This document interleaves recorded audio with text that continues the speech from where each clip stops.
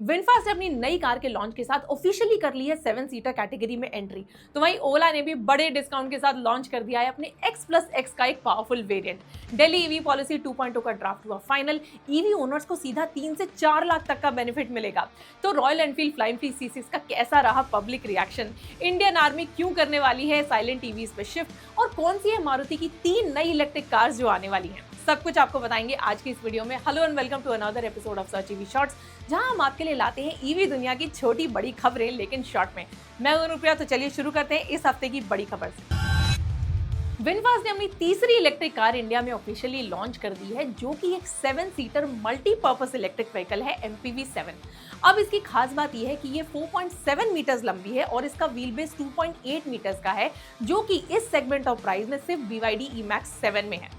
अब finally third row वाले बेचारे भी कंफर्टेबली बैठ के जाएंगे। स्पेस की बात करें तो इसमें आपको 60.13 किलोवाट की LFP बैटरी, 150 किलोवाट की पीक पावर और 280 न्यूटन मीटर्स का टॉर्क मिलता है।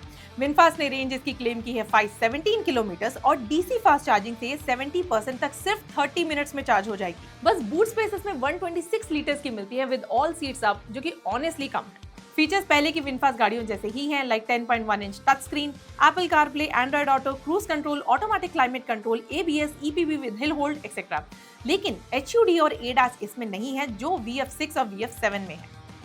अब जो चीज सबसे इंटरेस्टिंग है वो है इसका ओनरशिप पैकेज। 10 साल की बैटरी वारंटी, 7 साल की व्हीकल वारंटी, 7 साल का रोड साइड असिस्टेंस, 3 साल का फ्री मेंटेनेंस और फ्री पब्लिक फास्ट चार्जिंग मार्च 2029 तक।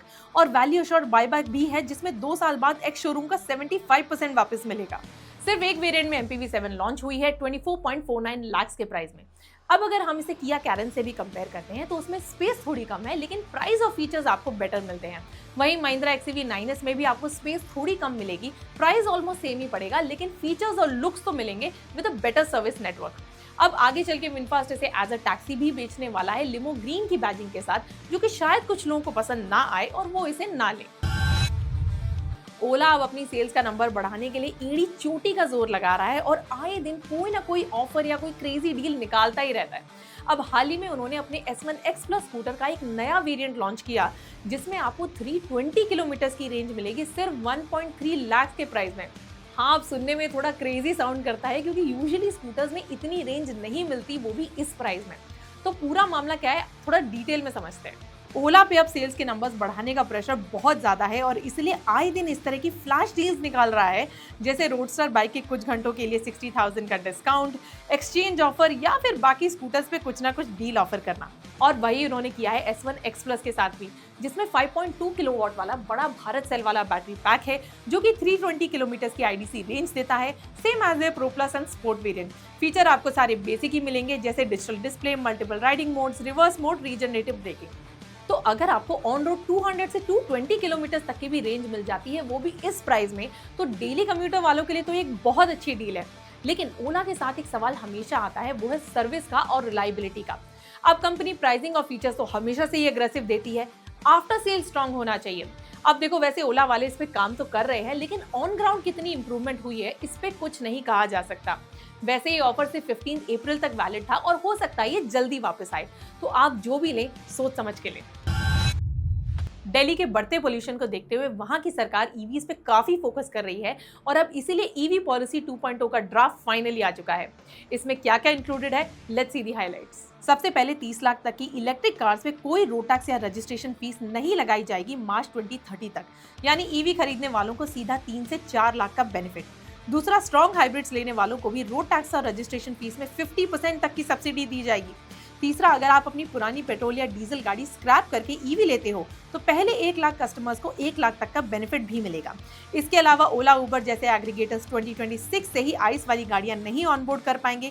1 जनवरी 2027 से सिर्फ इलेक्ट्रिक 3 व्हीलर्स ही दिल्ली में रजिस्टर होंगे और 1 अप्रैल 2028 से पेट्रोल वाली 2 व्हीलर गाड़ियां का रजिस्ट्रेशन भी कम्प्लीटली बंद कर दिया जाएगा। अब ऑनेस्टली इससे ईवी खरीदने वालों को तो काफी फायदा होगा, क्योंकि वो विंडसर, नेक्सॉन और महिंद्रा XUV 9S जैसी गाड़ियां काफी कम प्राइस में ले पाएंगे। रॉयल एनफील्ड ने हाल ही में ईवी सेगमेंट में एंट्री ले ली है अपनी पहली electric bike Royal Enfield Flying Flea C6 के साथ। अब इनिशियल पब्लिक रिएक्शन तो थोड़ा शॉकिंग है, क्योंकि लोग कह रहे हैं कि यार ये तो रॉयल एनफील्ड जैसी बिल्कुल नहीं लगती, this is completely opposite to what the brand is known for. लेकिन भाई यही सच्चाई है। सबसे पहले डिजाइन की बात करते हैं। ये एक रेट्रो प्लस फ्यूचरिस्टिक कॉम्बो है। Glider style front suspension, light weight frame और बहुत ही मिनिमल बॉडी, इतनी कि आपको रॉयल एनफील्ड चलाने वाली फीलिंग तो बिल्कुल नहीं आएगी। कुछ लोगों ने तो यहाँ तक कह दिया कि एक साइकिल की तरह लग रही है। स्पेक्स में आपको 3.9 किलोवाट की बैटरी मिलती है जो कि 150 प्लस किलोमीटर की रेंज दे देती है। मोटर पावर है 15 किलोवाट्स की with 60 newton metre torque, 0 to 60 4 seconds में जाती है और टॉप स्पीड है अराउंड 110 से 115 किलोमीटर पर आवर। और ऑनेस्टली हमने जब ये गाड़ी टेस्ट की तो इसकी पावर काफी अच्छी थी। फुल रिव्यू हमारी वेबसाइट पे है। फीचर्स वाइज आपको 3.5 इंचेस का TFT touch display, Google navigation, wireless charging, USB-C port और स्मार्ट कनेक्टिविटी भी मिल जाती है। लेकिन इसमें दो बड़े डील ब्रेकर्स हैं। पहला है साउंड। जो लोग रॉयल एनफील्ड थर्ड साउंड और मैस्कुलिन फील के लिए लेते थे वो इसमें कंप्लीटली मिसिंग है। और दूसरा है इसका प्राइस। 2.79 लाख में ये स्पेक्स और फीचर्स आज के ईवी मार्केट को देखते हुए कम लगते हैं। तो जो लोग थोड़े शौकीन ठहरे वो इसको ले सकते हैं, बाकी लोग रॉयल एनफील्ड की हिम ई का वेट कर सकते हैं। दोस्तों, आए दिन कई लोग बॉर्डर पार करने की कोशिश करते रहते हैं। अब इंडियन आर्मी डेली पेट्रोलिंग तो करती है, लेकिन उनकी गाड़ी की आवाज से ये लोग अलर्ट हो जाते हैं। वहीं अगर कोई जवान बॉर्डर पे दुश्मन पे ताक लगाए बैठा है या फिर दुश्मन हमारी मूवमेंट्स ऑब्जर्व कर रहा है तो भी सिर्फ एक आवाज पूरे ऑपरेशन को खतरे में डाल सकती है। इसलिए इंडियन आर्मी ने अब डिसाइड किया है कि वो फ्रंट लाइन पे इलेक्ट्रिक बाइक्स का यूज करेंगे। अब उनको इसका सबसे बड़ा बेनिफिट ये होगा कि बॉर्डर पेट्रोलिंग में आवाज नहीं होगी और जहां बड़े व्हीकल्स ले जाना मुश्किल है वहां ये बाइक्स इजीली जाएंगी। और दूसरा, क्योंकि इसमें पेट्रोल यूज नहीं होता तो इंडियन आर्मी की कॉस्ट और ट्रांसपोर्ट दोनों बचेगा। लेकिन रिमोट एरियाज में ईवी यूज करने के चैलेंजेस भी हैं। पहला तो इलेक्ट्रिसिटी और फास्ट चार्जिंग का प्रॉब्लम, और दूसरा एक्सट्रीम कोल्ड कंडीशंस में बैटरी परफॉर्मेंस ड्रॉप हो जाती है, तो ये कितनी एफिशिएंट होगी ये देखना होगा। लेकिन अगर ये सक्सेसफुल होती है तो ये एक बड़ा शिफ्ट होगा इंडियन डिफेंस सेक्टर में।